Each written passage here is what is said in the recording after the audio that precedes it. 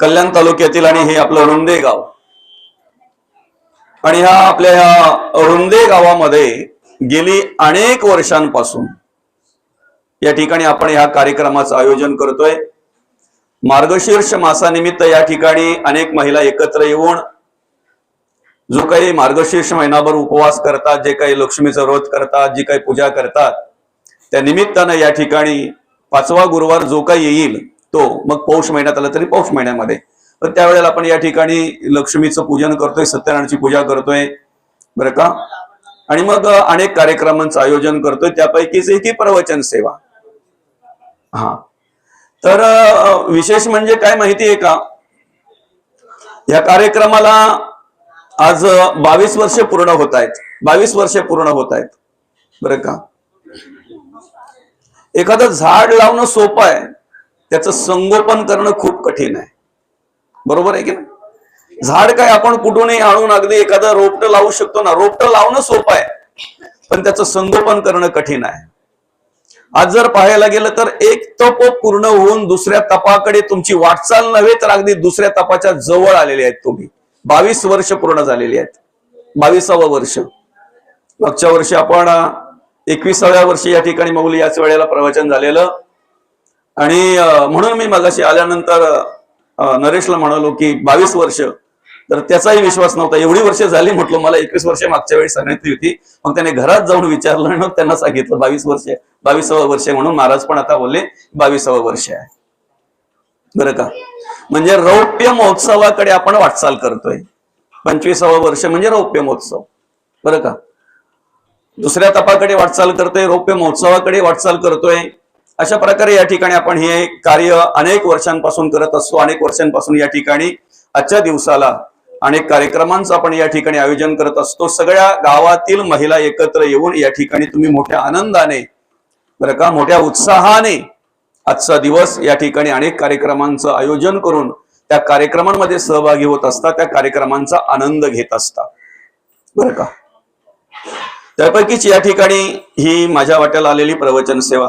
महाराज या ठिकाणी आहे, दिलीप महाराज, त्याचप्रमाणे बाबा आहेत या ठिकाणी. आणि मला ही सेवा करण्याचं भाग्य लाभलं. आपले सरपंच आपल्या ग्रुप ग्रामपंचायत रुंद आंबिवली नरेश दादा. आता तसं पाहायला गेलं तर महाराज नात्याने ते माझ्यापेक्षा खूप मोठे आहेत. कारण बाबा बाजूला बसलेत, त्यांचे वडील आजोबांचे मामे भाऊ का, बरोबर ना, आजोबांचे मामे भाऊ, म्हणजे माझ्या आजोबांचे मामे भाऊ आहे आणि त्यांचा मुलगा नरेश दादा. म्हणजे ते माझे मामा किंवा अजून काहीतरी काका वगैरे लागतात. पण आम्ही एकत्र शाळेत असल्यामुळे, एकाच बाकावर बसल्यामुळे बरं का, तिथून नरेश बोलायला जे आहे अर्थात. म्हणून नरेश दादांनी निमंत्रण केलं आणि या ठिकाणी ही प्रवचन सेवा आज आपण या ठिकाणी संपन्न करतोय. खर तर ज्या वेळेला आम्ही आमचा सगळा द्वैत भाव जो काही असतो बरं का, आता द्वैत भाव म्हणजे काय, आम्ही संसारात कार्य करत असताना किंवा इतर कार्यक्रमांमध्ये आम्हाला बरंच काही स्पर्श करून जात आहे. मग कसं असतंय तर कोणी म्हणते मी श्रीमंताची लेक आहे, कोण बोलते मी श्रीमंताची सून आहे, कोण बोलते मी अमुक आहे, कोण बोलते मी तमुक आहे, कोण बोलते मी सुशिक्षित आहे बरं का, कोण बोलते मी एवढ्या सगळ्यांमध्ये दिसायला सुंदर आहे. बरोबर, तिकडे बोलले काय, बोलत राहा असं बरं का. तर मग ह्या सगळ्या गोष्टी स्पर्श करत असतात. पण ज्या वेळेला आपण या ठिकाणी परमार्थ करतोय किंवा देवाचं धर्माचं कार्य करतोय ना, त्या ठिकाणी या सगळ्या गोष्टी बाजूला ठेवाव्या लागतात. आणि म्हणून मी तुमच्या सगळ्या महिलांच्या चरणी नतमस्तक यासाठी होतो की तुम्ही ह्या सगळ्या गोष्टी बाजूला ठेवून आज कित्येक वर्ष हे कार्य करताय. म्हणून तुमच्या या कार्यामध्ये तुम्ही यशस्वी झालेले आहात. कारण 22 वर्ष पूर्ण होत आहेत. आपली सुरुवात काय होती, रोपटं लावणं सोपं आहे, संगोपन करणं कठीण आहे. तसं एखादा कार्यक्रमाला सुरुवात करणं सोपं आहे माऊली, पण कार्यक्रम टिकवणं कठीण का माहिती आहे का. नावावरून वाद, शालीवरून वाद, वेळेला नारळ श्रीफळ नाही दिला वाद, वेळेला एखादीला माईक मधून नाव नाही घेतलं वाद. तुम्हाला सांगू का, इथे जर तुम्ही महिलांचं कीर्तन ठेवलं ना तर हार घालण्यावरून पण वाद. तिलाच का दिला, मला का नाही, मी कोण नाही का मग. तर ऐका, पुन्हा पुन्हा मी तुमच्या चरणी नतमस्तक होतो, सगळ्या आई बहिणींच्या चरणी नतमस्तक होतो. त्याला कारण काय माहितीये का? तर ह्या सगळ्या गोष्टी ज्या वेळेला आपण बाजूला ठेवतोय की नाही, मी मोठी ती बारकी, मी अमुक ती तमुक, ह्या सगळ्या गोष्टी बाजूला ठेवून ज्या वेळेला आपण सगळ्या एकच आहोत या उद्देशाने देवाचं कार्य करत असतो ना, त्यावेळेला त्या देव कार्यामध्ये आपण यशस्वी होत असतो. त्या देव कार्यामध्ये यशस्वी होत असतो. मग याच्यामध्ये उदाहरणं अनेक आहेत, याच्यामध्ये उदाहरणं अनेक आहेत.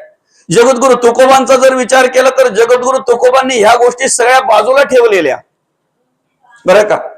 म्हणून तर अतिशय चांगल्या प्रकारे देव कार्य करता आलं, धर्म कार्य करता आलं. अतिशय चांगल्या प्रकारे त्या ठिकाणी जे काही समाज प्रबोधनाचं कार्य आहे ते त्यांच्याकडून घडलं, समाजाचं जे काही कार्य आहे ते त्यांच्याकडून घडलं, बरं का. त्याच्यामध्ये नाथ महाराजांचा जर आपण विचार केला तर नाथ महाराजांकडे जर पाहिलं गेलं तर सगळ्या बाजू व्यवस्थित आहेत, सगळ्या बाजू व्यवस्थित आहेत. म्हणजे बघा, नाथ महाराजांचा जर विचार केला तर श्रीमंती आहे, श्रीमंती आहे. म्हणजे एवढी श्रीमंती की त्यांच्याकडे श्रवणाला जाणाऱ्याला सुद्धा ते खाली हात पाठवत नव्हते. बरोबर ना माऊली? श्रवणाला जाणाऱ्याला सुद्धा खाली हात पाठवत नव्हते, एवढी श्रीमंती. पण तरी सुद्धा गोर गरिबांसाठी त्यांनी कार्य केलं. तो विचार त्यांना कधी स्पर्श केला नाही, नाथ महाराजांना त्या विचाराने कधी स्पर्श केला नाही, बरं का.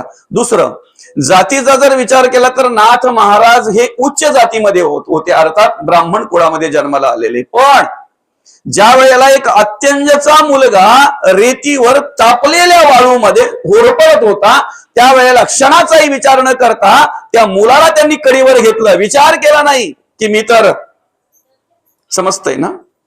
त्याच्यानंतर श्रीमंती जिथे असेल, बरं का, तिथे तुम्हाला, म्हणजे लक्ष्मी जिथे असेल तिथे तुम्हाला सरस्वतीचं दर्शन घडेलच असं नाही. बरोबर ना माऊली? लक्ष्मी जिथे असेल, वैभव लक्ष्मी, बरं का. लक्ष्मी बऱ्याच प्रकारच्या आहेत, मागच्या वर्षी आपण बघितल्या होत्या किती किती प्रकारच्या लक्ष्मी आहेत. त्या लक्ष्मीचे प्रकार अनेक आहेत. त्यापैकी वैभव लक्ष्मी ज्या ठिकाणी असेल त्याच ठिकाणी सरस्वती मातेचं दर्शन घडेल असं नाही. पण ह्या दोन्ही देवींचं दर्शन आपल्याला नाथ महाराजांकडे घडतंय, दोन्ही देवींचं, बरं का. असो, तर सगळं काही असताना सुद्धा कार्य कसं केलं? जात धर्म पंथ सगळं बाजूला ठेवून संतांनी कार्य केलं, बरं का.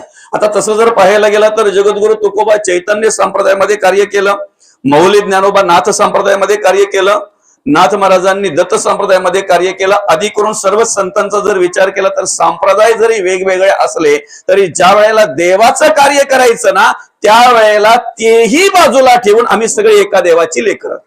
याला काय म्हणतात माहितीये का? विष्णुमय जग वैष्णवांचा धर्म. सर्वत्र जर आम्ही एकच देवाला पाहतोय, एकाच बापाची जर लेकरं आहोत, तर जे काही असेल पंथ जात वर्ण जे काही असेल ते कार्याकरण आम्ही फक्त त्याला वेळेपुरता त्याला हे दिलं पाहिजे, त्याचा विचार केला पाहिजे. पण ज्या वेळेला देवाचं कार्य असतं, ज्या वेळेला धर्माचं कार्य असतं ना, त्यावेळेला हे सगळं बाजूला आम्हाला ठेवता आलं पाहिजे. गरीब श्रीमंत उच्च नीच ह्या सगळ्या ज्या काही गोष्टी आहेत त्या सगळ्या बाजूला ठेवता आल्या पाहिजेत. आता संतांचा जर आपण विचार केला तर संतांनी जातीपातीला महत्व दिलेलं नाही दिलं. सगळ्या प्रकारचे संत एकत्र येऊन आणि मग ज्या वेळेला भगवंताचं नामचिंतन करीत पायी चालायला लागले ना, त्यावेळेला त्याला आम्ही वारी नाव दिलं. त्यावेळेला आम्ही पायी दिंडी सोहळा नाव दिलं, त्याला मी वारी नाव दिलं. तिथे कुठल्याही प्रकारची जात विचारली जात नाही, कुठल्याही प्रकारचा पंथ विचारला जात नाही, कुठल्याही प्रकारचा वर्ण विचारला जात नाही. जो ज्याच्या मुखातून रामकृष्ण हरी आलं ना, ज्याच्या मुखातून जय हरी आलं ना, ज्याच्या मुखातून विठ्ठल विठ्ठल नामस्मरण आलं ना, विठोबा रखुमाई ज्याच्या मुखातून आलं ना, तो आमच्या जातीचा, आमच्या पंथाचा, आमच्या वर्णाचा अशा प्रकारे पाहून सगळ्यांनी एकत्रितरित्या कार्य केलं. तसं कार्य आपल्याला करता आलं पाहिजे, म्हणून या कार्यक्रमांचं नियोजन असतंय, म्हणून या कार्यक्रमांचं नियोजन असतंय, बरं का. आता तसं जर पाहायला गेलं तर इथे माऊली म्हणतात, आपण ज्या धर्मामध्ये जन्माला आलेलो आहोत, ज्या ठिकाणी जन्माला आलेलो आहोत, त्या ठिकाणी आपल्या वाट्याला आलेली कर्म आपण प्रामाणिकपणे केली पाहिजेत, बरं का. आपलीच आई आपल्याला आवडली पाहिजे. शेजारची काकू किती जरी सुंदर असेल, किती जरी उच्च वस्त्र तिने उच्च अलंकार जरी परिधान केले असतील, तरी आपली आई आपल्याला ज्याप्रमाणे लहान मुलाला आवडते त्याचप्रमाणे आपला धर्म, धर्माचे कार्यक्रम, धर्माचे संस्कार, धर्माची संस्कृती आपल्याला आवडली पाहिजे. आता तसं जर विचार करायला गेला तर मनापासून प्रत्येकाने मनाला आपल्या विचारा, मला माझ्या धर्माचे संस्कार जास्त आवडतात की इतर धर्माचे जास्त संस्कार आवडतात? विचार केला पाहिजे आपण. मग सुरुवात आपल्यापासून करा, आपल्यापासून करा, बरं का? आता काही कसं असतं माहितीये का, काही गोष्टी बोलल्याशिवाय कळत नाहीत, पण काही गोष्टी बोलायला गेल्यानंतर त्या सगळ्यांनाच पटतील असं पण नाही आणि सगळ्यांनाच चांगल्या वाटतील असं पण नाही, बरं का? पण पूर्वीच्या महिलांच्या हातामध्ये जर 4-5च बांगड्या राहिल्या, हिरव्या बांगड्या, ऐकताय ना, जर 4-5च किंवा 2च जर राहिल्या तर त्यांना घाई व्हायची, मी जाऊन पहिले बांगड्या भरते कधी, कारण माझा हात मोकळा दिसता कामा. मौली खरं आहे की खोटं आहे? आई खरं आहे ना? खरं असेल तर हुकाऱ्या देत चला तुम्ही, बरं का? बरोबर आहे ना?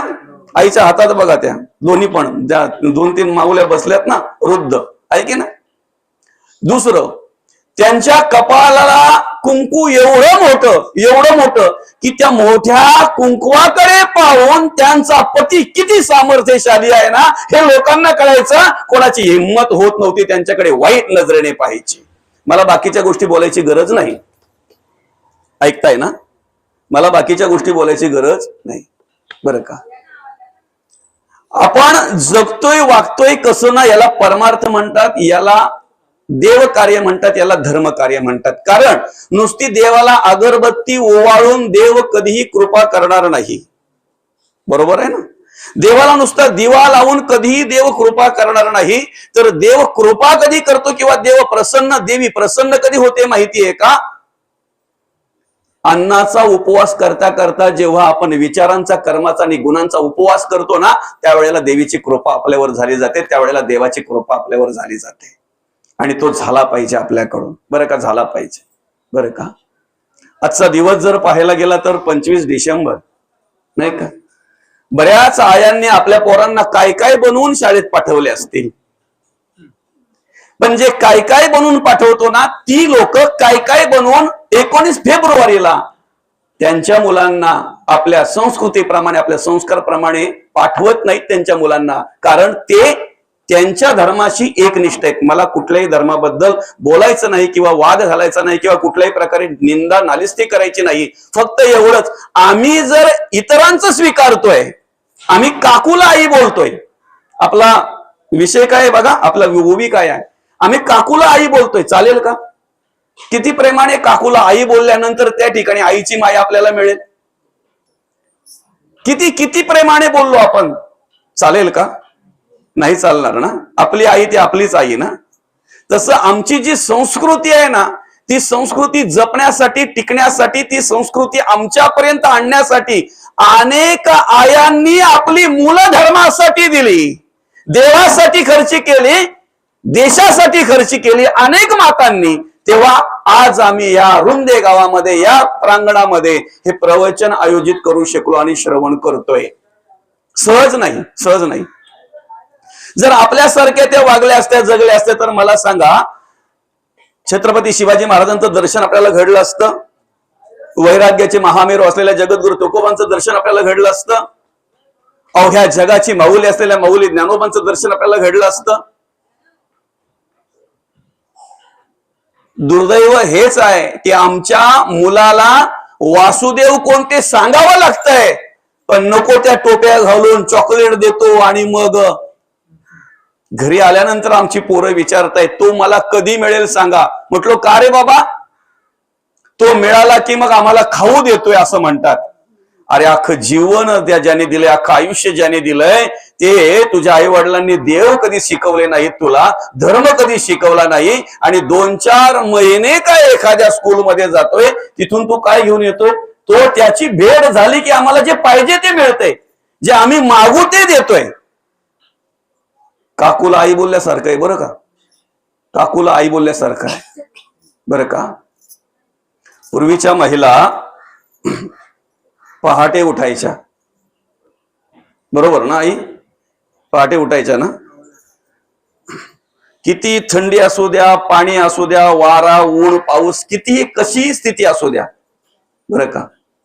पण त्या पहाटे उठायच्या आणि मग त्यावेळेला काही चक्क्या वगैरे नव्हत्या, जातणी लावायची त्या याच्यावर ओटीवर, आणि मग घरातली जेवढे आहेत ना तेवढ्यांना पुरेल एवढं तिथे ते दळण दळायचं, ते तांदूळ कणी काय असेल ते दळायचं, ते पीठ घ्यायचं, त्याच्या भाकरी भाजायच्या आणि मग घरातल्यांना खायला घालायच्या.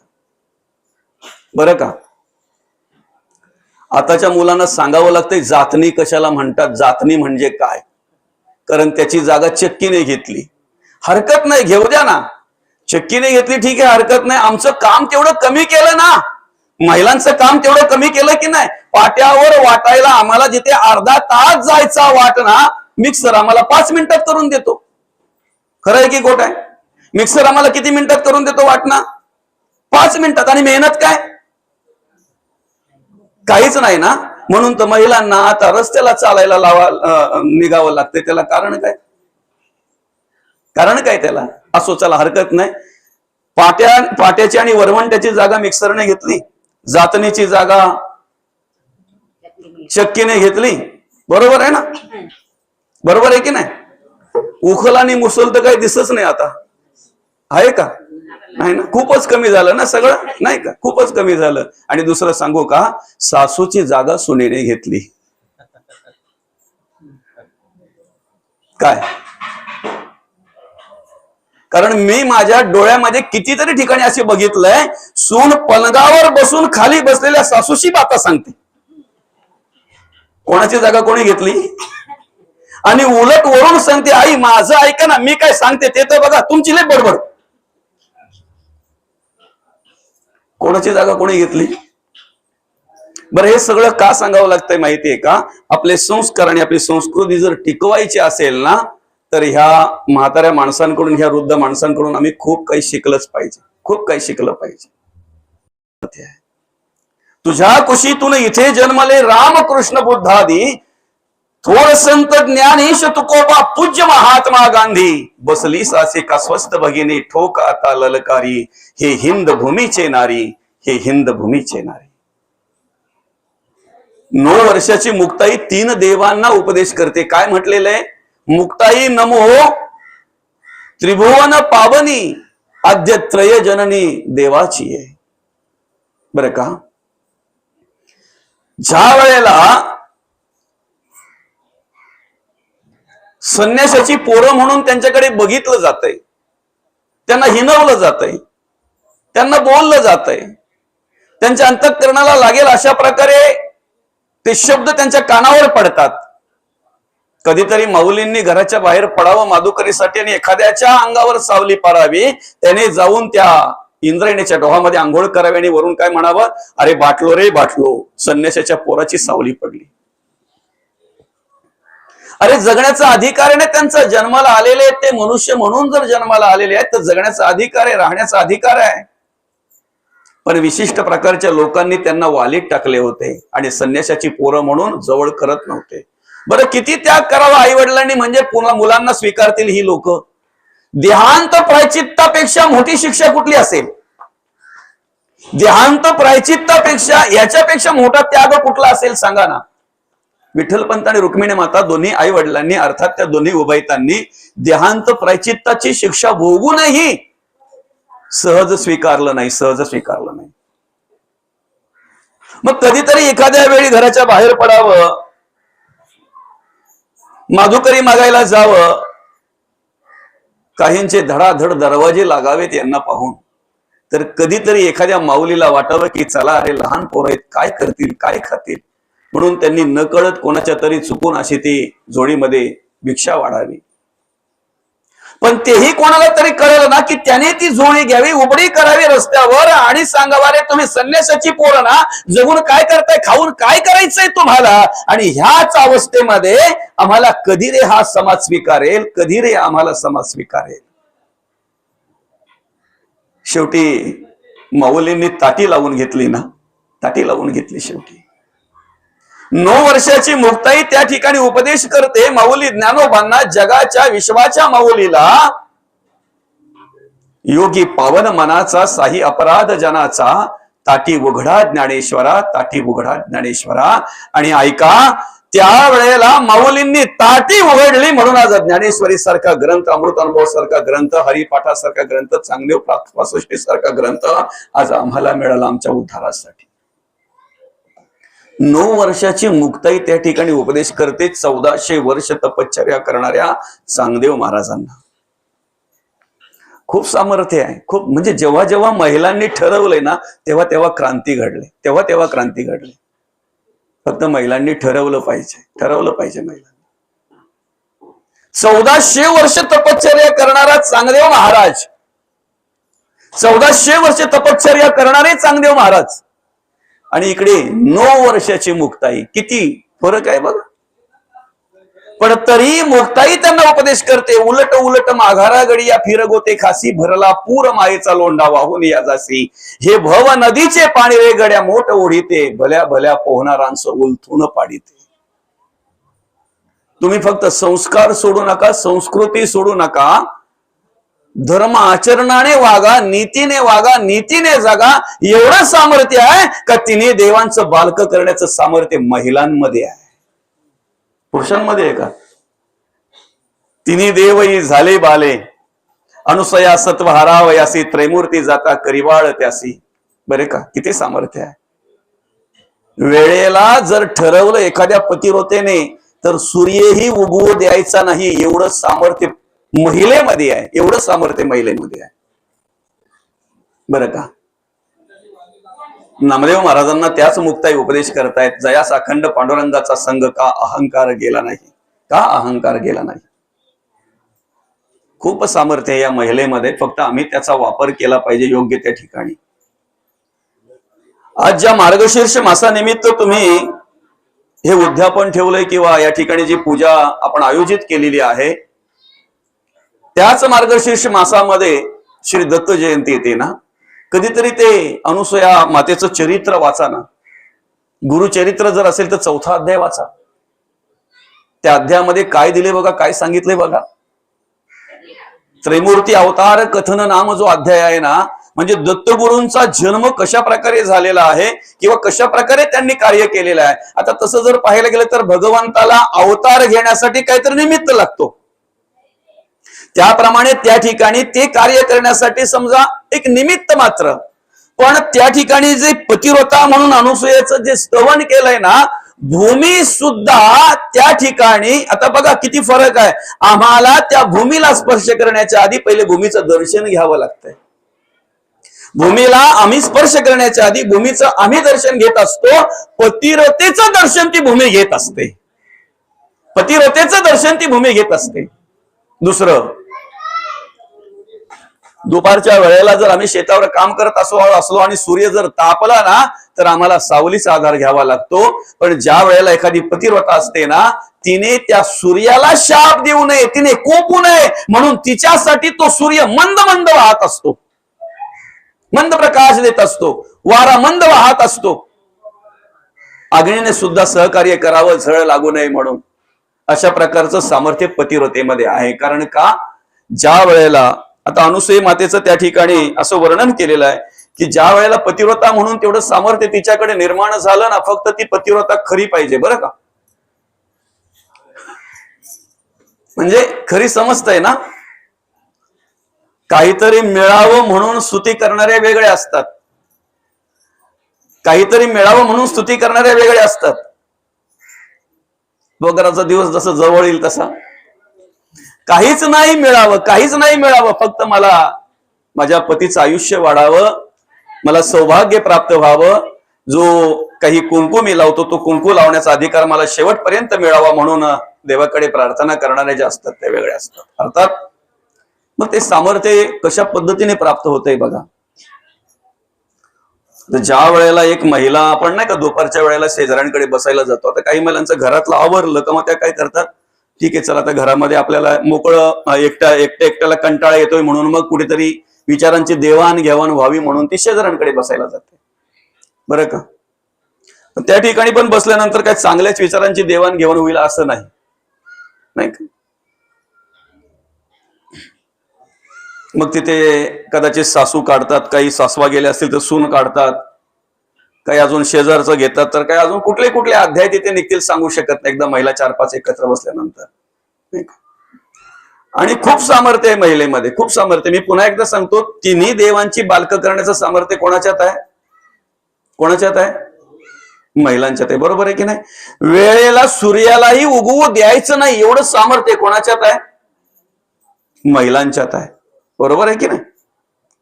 आज हिंदवी स्वराज्य संस्थापक राजे शिव छत्रपती घडले कोणामुळे? महिलेमुळेच ना, आईमुळेच ना. राष्ट्रमाता राजमाता मासाहेब जाऊन स्तवन केलं जात आहे, पहिला नमन त्यांना केला जातो, आणि मग छत्रपती शिवाजी महाराज. बरं का? जगद्गुरु तुकोबांनी आम्हाला 4-4.5 हजार अभंग दिले. कदाचित तुम्ही आवडी वेडी म्हणत असाल आई साहेबांना, पण जिजाईने खऱ्या अर्थानं त्या ठिकाणी पतिव्रता म्हणून सेवा केली. ऐका, भले विठ्ठलाला काळ्या विठ्या बोलल्या असतील, पण ऐका, तुकोबांनी घास घेतल्याशिवाय कधी आई साहेबांनी घास घेतला नव्हता. तुकोबांना समोर बघितल्याशिवाय त्यांना कधी असं चैन पडत नव्हतं, कधी असं बरं वाटत नव्हतं. मग कधीतरी त्यांनी 1.5-2 भाकरीची शिदुरी घ्यावी, हातामध्ये पाणी घ्यावं, आणि तुकोबांच्या साठी त्यांनी घर सोडून बाहेर पडावं. मग कुठे जावं? भंडारा डोंगरात जावं. तिथे जाऊन बघितलं, तिथे जर तुकोबा नसतील तर तशाच अवस्थेमध्ये, भुकेलेल्या अवस्थेमध्ये, तहानलेल्या अवस्थेमध्ये पुढे पुढे पुढे पुढे पावलं टाकत त्यांनी भोराड्याच्या डोंगरात यावं. तिथेही जर नसतील तुकोबा, तर भामचंद्रामध्ये जावं. पण तुकोबा ज्या वेळेला 2 घास खातील, पाणी पितील ना, तेव्हाच माझी माय माऊली घास घ्यायची, तेव्हाच माझी माऊली अन्न घ्यायची, अन्न ग्रहण करायची. तोपर्यंत अन्न सुद्धा ग्रहण करत नव्हत्या. बरं का? आज 4-4.5 हजार अभंग जे आम्हाला मिळाले ना, 100% त्याला सहकार्य, त्याला कारण म्हटल्यानंतर जगद्गुरु तुकोबांना सहकार्य आईसाहेबांनी केलं. म्हणून वेळेवर त्यांना तिथपर्यंत अन्न पोचवणं, त्यांना त्यांच्या ज्या काही गरजा असतील त्या पुरवणं, त्यांना पाणी देणं त्या ठिकाणी, या सगळ्या प्रकारची सेवा तुकोबांची त्यांनी केली. म्हणून पुन्हा एकदा सांगतो की आज छत्रपती शिवाजी महाराज आम्हाला जे पाहायला मिळतात, अनुभवायला मिळतात, वाचायला मिळतं, त्याला कारण पुरुष की महिला? बरोबर आहे की नाही? 4-4.5 हजार अभंग आम्हाला आज वाचायला मिळतात, त्याला सहकार्य आई साहेबांनी केलं. बरं का? रुक्मिणी माता जिथे येत ना, तिथेच माऊली जन्माला येते, कुठेही जन्माला येत नाही. माऊली ज्ञानोबा कुठेही जन्माला येत नाहीत. बरं का?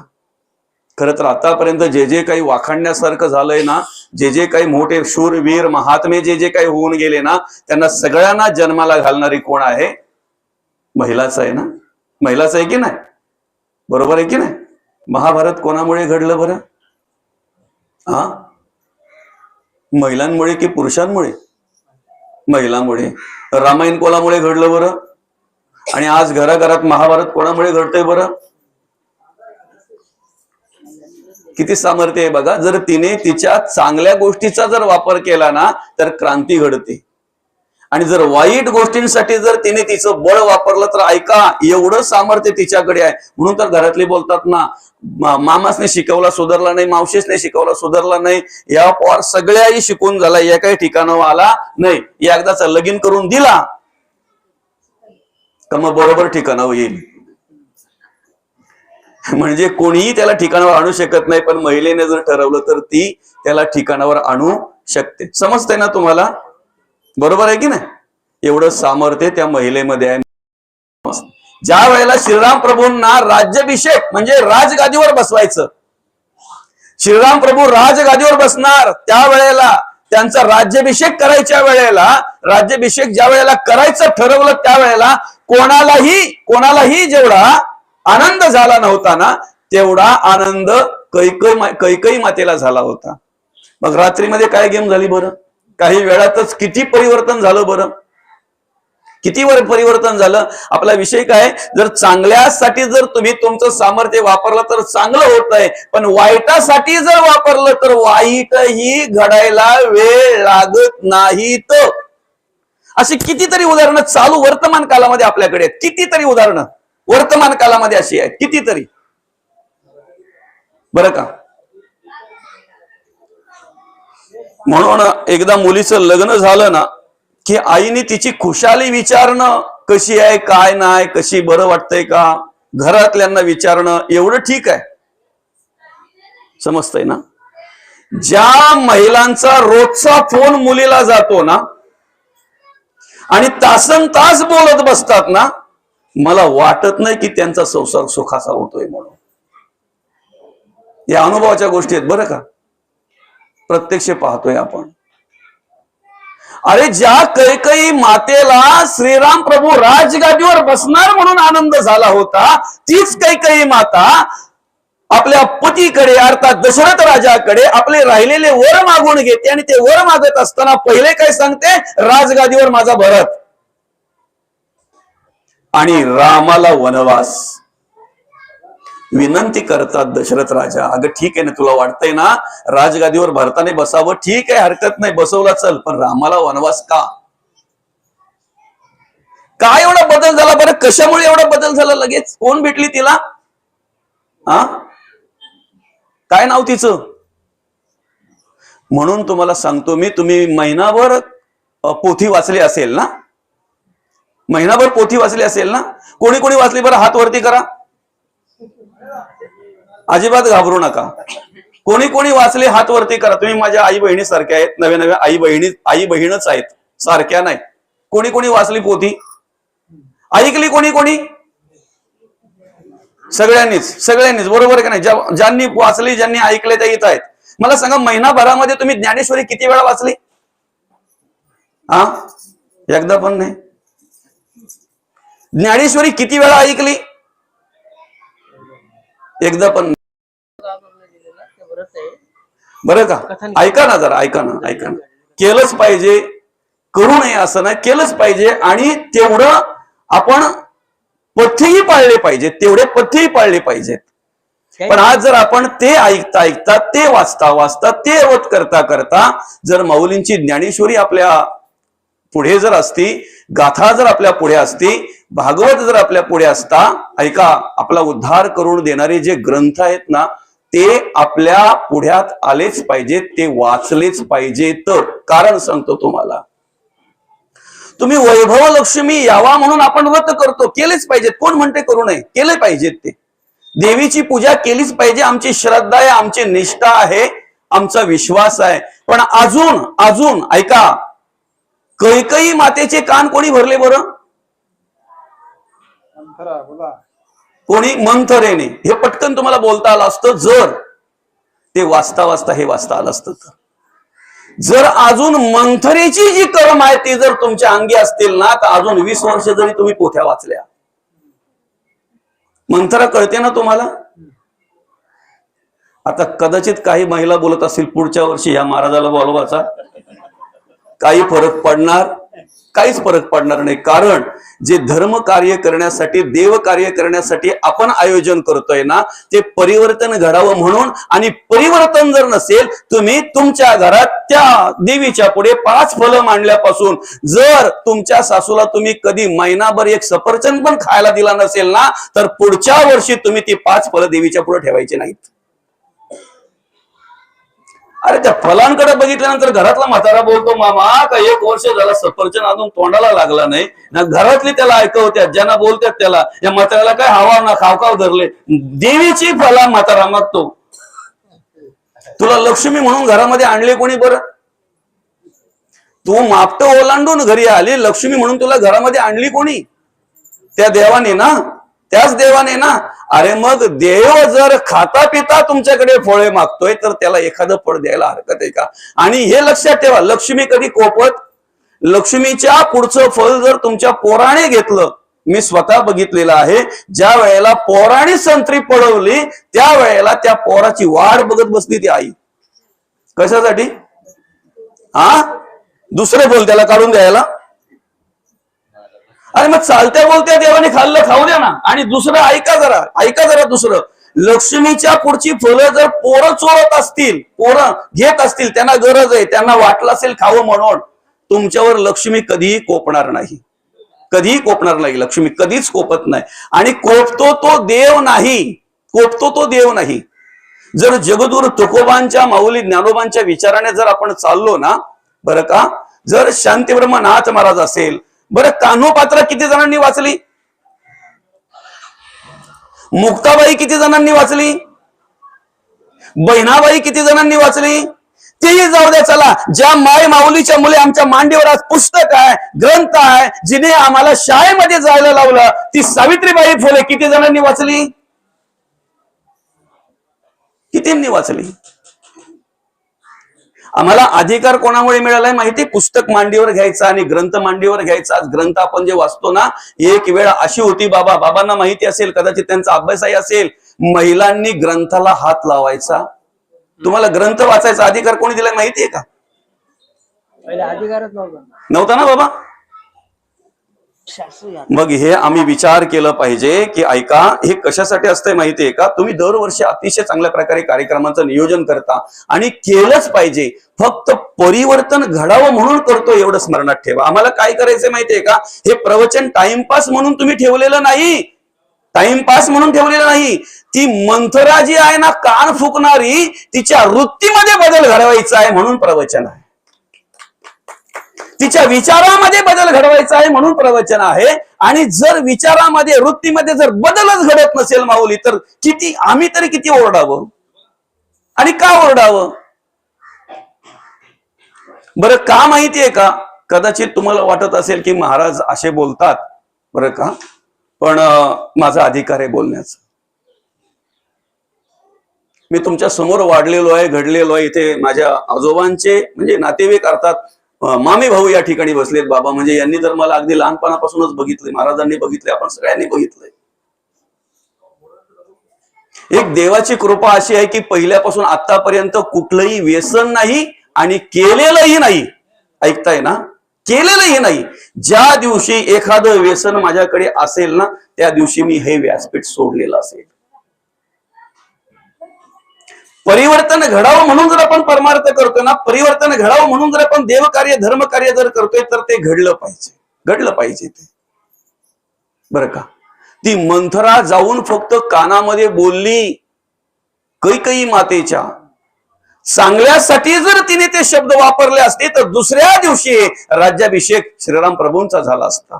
पण असो, ती सगळी कथा आहे आणि बोलिले वाल्मिक त्याप्रमाणे घडणार होतं ते.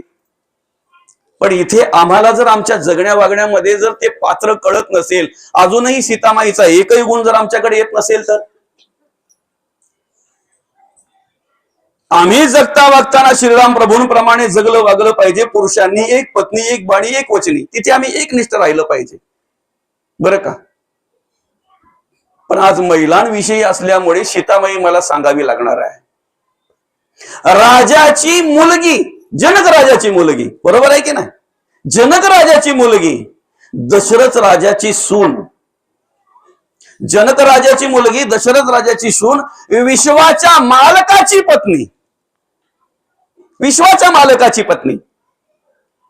ज्या वेळेला वनवासाला जायचं त्यावेळेला सगळ्यांना विचारता विचारता जेव्हा श्रीराम प्रभू सीतामाईच्या पुढे जाऊन जेव्हा उभे राहतात आणि समजूत काढतात ना, काय अगं गेलो काय ना आलो काय, 14 वर्षे कशी जातील पत्ता लागणार नाही.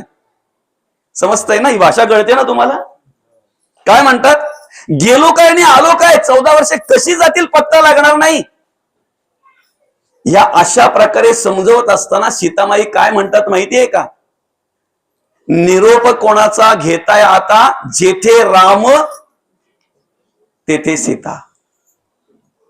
जमिनीला पायही कधी लागलं नसेल, पालखीत फिरणारी माझी माय माऊली, पंचपक्वांना पुढ्यात आल्यानंतर ग्रहण करणारी माझी माय माऊली, राजगादीवर राहणारी राणीच ना, राजवाड्यामध्ये राहणारी. पण निरोप आता कसला घेता, जेथे राम तेथे सीता. 25-25 वर्षे लग्नाला होऊन सुद्धा भावांचा दम देणाऱ्या बायांनी सीतामाईचा आदर्श घ्यावा. हो, मी स्वतः ऐकलेलं आहे. माझ्या बापाला जर सांगितलं ना, तर तुमच्या घराला दगड पण राहणार नाही. कोण बाई बोलते नवऱ्याला, चाललंय व्यवस्थित, आपलं 2-4 पोरं आहेत, अगदी व्यवस्थित चाललंय. सीतामाईचा काय आदर्श घेतला बरं आम्ही? समजतंय ना? आमचं जगणं वागणं कसं असावं आणि त्याच्यामध्ये परिवर्तन व्हावं म्हणून प्रवचन आम्ही ऐकलं पाहिजेत, आम्ही कीर्तन ऐकली पाहिजेत, आम्ही प्रवचन ऐकले पाहिजे, आम्ही ग्रंथ वाचन केलं पाहिजे. का केलं पाहिजे? अरे आम्ही कसं जगावं, कसं वागावं त्याच्यातूनच कळणार आहे ना आम्हाला. श्रीराम प्रभू म्हणतात, अगं सीते, अनवाणी राणावनातून काट्या कुटातून चालावं लागेल, चालेल. तिथे काय झोपडी, तिथे काय मोठा राजमहाल नाही, पर्णकुटीत राहावं लागेल, पानाच्या झोपडीमध्ये चालेल, कंदमुळं खावी लागतील, चालेल. अगं तिथे उशाला उशी पण नसेल, दगड घ्यावा लागेल, जिथे तू मी तिथे मी. एवढं तरी कमीत कमी आम्ही स्मरण केलं पाहिजे ना. राम तेथे सीता. अर्थात आम्ही तेवढं तरी घेतलं पाहिजे, तेवढा तरी आम्ही वाचलं पाहिजे, केलं पाहिजे, ते आचरण आमच्याकडे आलं पाहिजे, त्याचा विचार आम्ही केला पाहिजे, बरं का. ग्रंथ वाचन का करायचं? आम्हाला परिवर्तन घडावं म्हणून, आमच्यामध्ये बदल घडावा म्हणून, त्यासाठी आम्ही ग्रंथ वाचन केलं पाहिजे. पतिव्रता आणि प्रतिव्रतेची सत्ता असं म्हणतात. जी पतिव्रता आहे तिची देवावर सुद्धा सत्ता, आणि म्हणून सगळे देव इंद्रासहित महादेवाकडे आले, ब्रह्मदेवाकडे आले, आणि काय म्हणतायत, अशी अशी पतिव्रता आहे, कोणत्या वेळेला कधी कोणाचंही पद घेईल. बरोबर आहे ना बाबा? मग काय, मग म्हणे त्यांचं सत्वारण करायला जायचंय, बरं का. तर ठीक आहे, सत्वारण करायला जायचं म्हटल्यानंतर मग त्या पद्धतीने गेलं पाहिजे. अवतारासाठी एक कार्यकारण एकीकडे विषय ठेवा तो, की भगवंताला अवतार घ्यायला यायचा असेल तर त्यावेळेला काहीतरी निमित्त लागतंय, त्या अवतारामध्ये कार्य करण्यासाठी ते निमित्त. पण इकडे पतिव्रता म्हणून तिकडे कार्यकर्ते आणि देवांसहित इंद्रासहित सगळे येतात, आणि काय सांगतात, कधीही कोणाचं कुठलंही पद घेईल ती.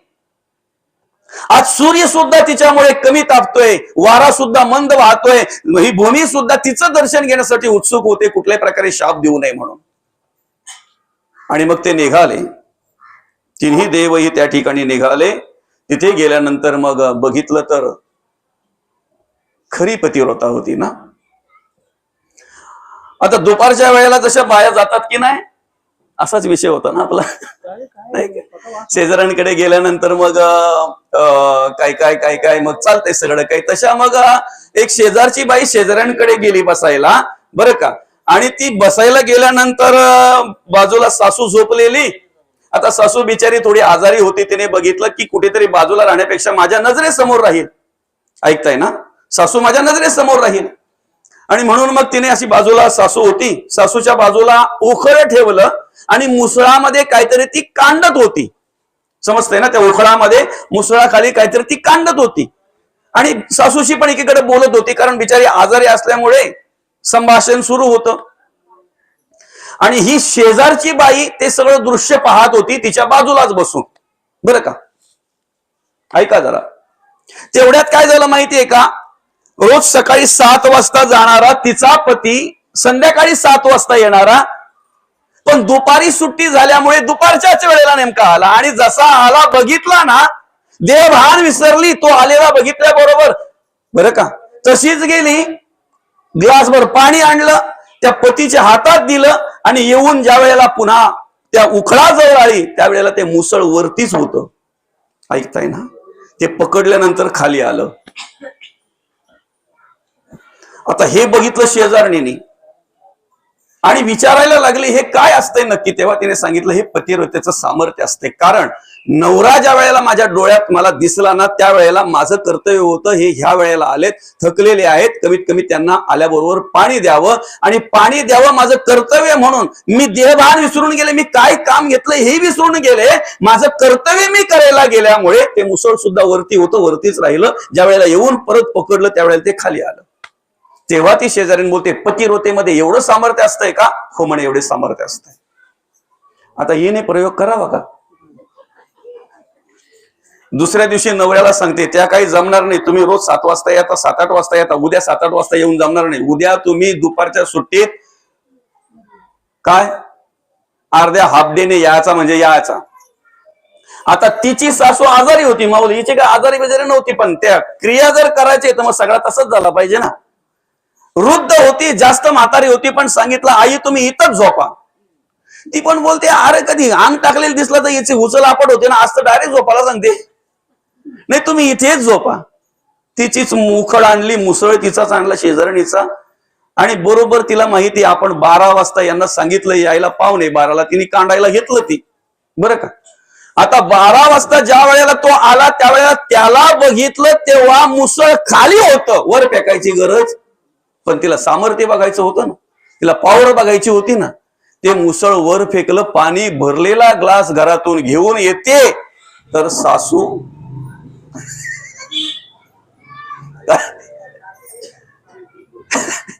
पुढची गोष्ट सांगायला पाहिजे का समजली तुम्हाला? सांगायला पाहिजे पतिव्रतेचं सामर्थ्य. आता काय झालं माहितीये का, हे तिन्ही देव तिथे गेल्यानंतर तिन्ही देवांनी बाबा सांगितलं इच्छा भोजन पाहिजे, आणि नाही तर मग सत्व गेलं समज. त्यावेळेला अत्रि ऋषी अनुष्ठानाला गेलेले आणि सगळं पंचपक्वान्न तयार केलं.